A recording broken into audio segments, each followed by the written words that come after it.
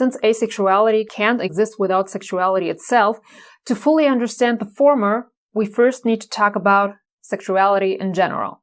It's important to understand that sexuality is made up of several components that can interact with one another, but they don't have to.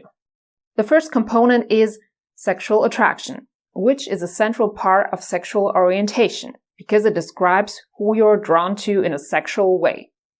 Then there is sexual drive, also called libido, which refers to a person's general desire for sexual interaction, and sexual arousal, which is the body's physical response to sexual stimuli. Next up is sexual attractiveness or appeal. That's a person's ability to spark someone else's sexual interest simply through their appearance or presence. Basically the flip side of sexual attraction. There are sexual fantasies, imagined scenarios involving sexual activity. There's sexual behavior, which can include things like flirting or suggestive comments. Then there's sexual activity itself. These are conscious actions through which people live out their sexuality, either with others or alone. The opposite of that would be celibacy or abstinence. There's our personal comfort level with participating in sexual activity, which can be favorable, indifferent, or repulsed. Then there's the attitude towards sexuality in society. Do you see consensual sexuality as something positive, neutral, or negative? And finally, there's a third layer, someone's overall belief about the role or value of sexuality in human life, with the two extremes being pro-sexual and anti-sexual. There's also reproductive capacity, often equated with the broader term fertility, which describes whether a person's body is able to reproduce. And finally, there are the potential outcomes of sexual activity, like emotional impact, pregnancy, sexually transmitted infections, or nothing at all. There are two different ways to look at asexuality. You can describe it either as a sexual orientation or as the absence of one. Both interpretations are equally valid, and I'll show you why as we move forward. At its core, the word orientation simply refers to a direction or a certain type of attraction towards a specific object. So for something to qualify as an orientation, there has to be a clear answer to what the attraction is directed towards. There are several possible categories. For this video, we are only focusing on gender. Hetero means being attracted to people of a different gender. Homo means being attracted to people of the same gender. Bi means being attracted to at least two genders. Pan means being attracted to people regardless of gender. And of course, some people don't feel attracted to anyone at all. And that's where the prefix a comes in.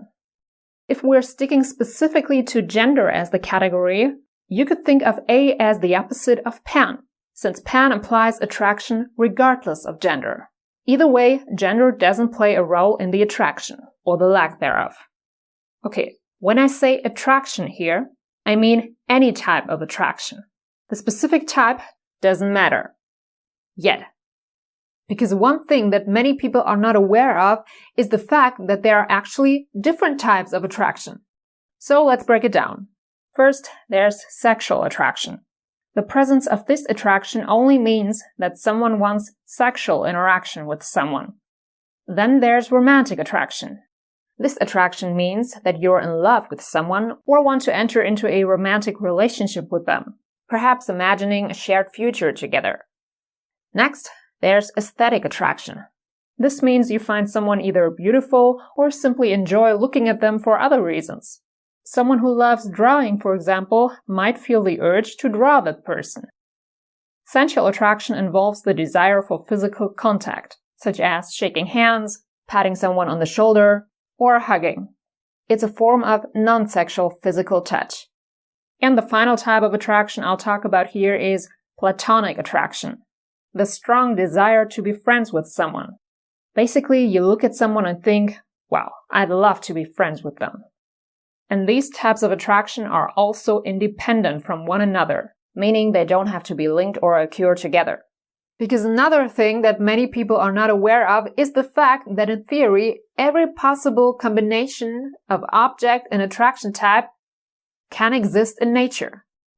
So in theory, one single person could be, for example, heterosexual, homoromantic, bi-aesthetic, and so on, all at the same time. And now back to the main point. The term asexual simply means that a person doesn't experience sexual attraction towards anyone or anything. All the other types of attraction, romantic, aesthetic, and so on, as well as all the other components of sexuality, libido, sexual behavior, sexual attitude, or perceived attractiveness, have nothing to do with asexuality. It is solely about the first component, attraction. And that's the answer to the question of the object. Asexuality is a zero sexual orientation. Things like falling in love, having or not having a libido, choosing to be sexually active or not, wanting kids or having them, having a positive or negative attitude towards sexual activity, all of these can vary just as much among asexual people as they do among heterosexual, homosexual, bisexual, or pansexual people. Okay, so now I've explained asexuality as a sexual orientation, which, to repeat, answers the question of the object of attraction. But that's only the first dimension of attraction. The second dimension answers questions like how often, how intense, or in what context. I'll be referring to all three of those questions under the term frequency. And that's exactly why asexuality is also often described as the absence of a sexual orientation.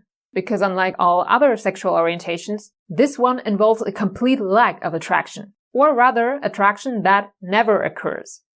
And now, I'd like to point out that it's only in the second interpretation, where asexuality is seen as the absence of a sexual orientation, that the term asexuality stands in contrast to allosexuality, meaning the presence of one.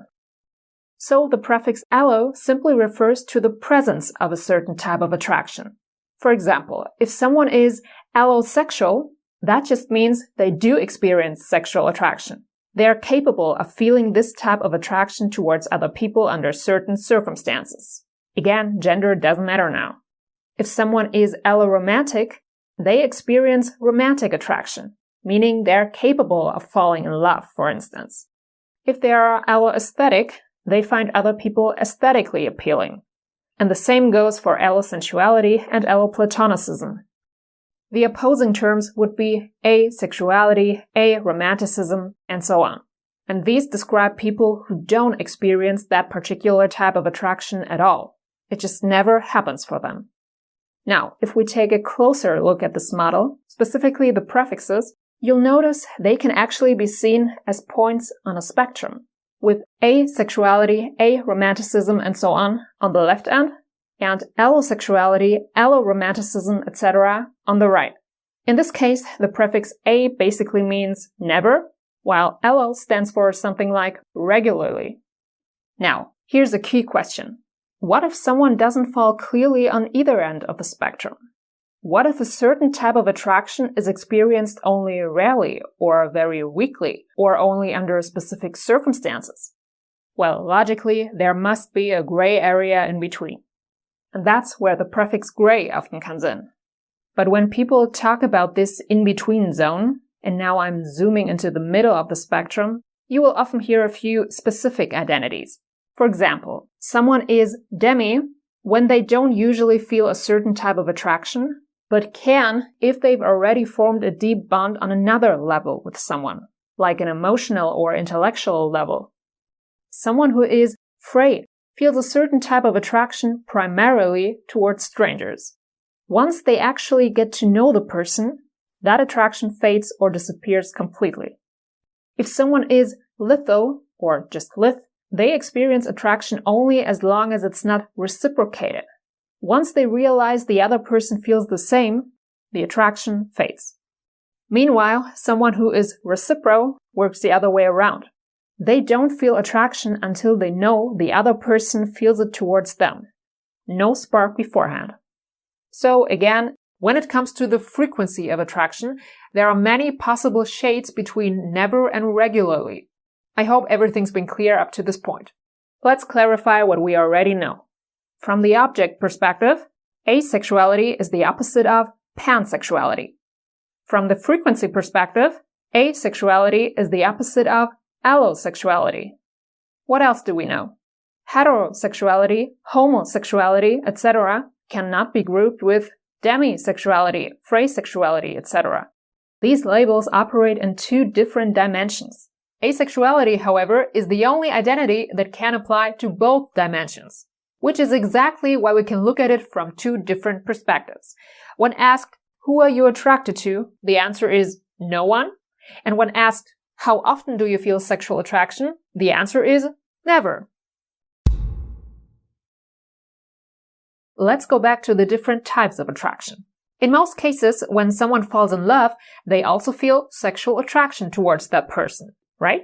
For most people, that's completely normal. According to current research, purely romantic attraction and purely sexual attraction affect the brain in different ways and involve different regions of the brain.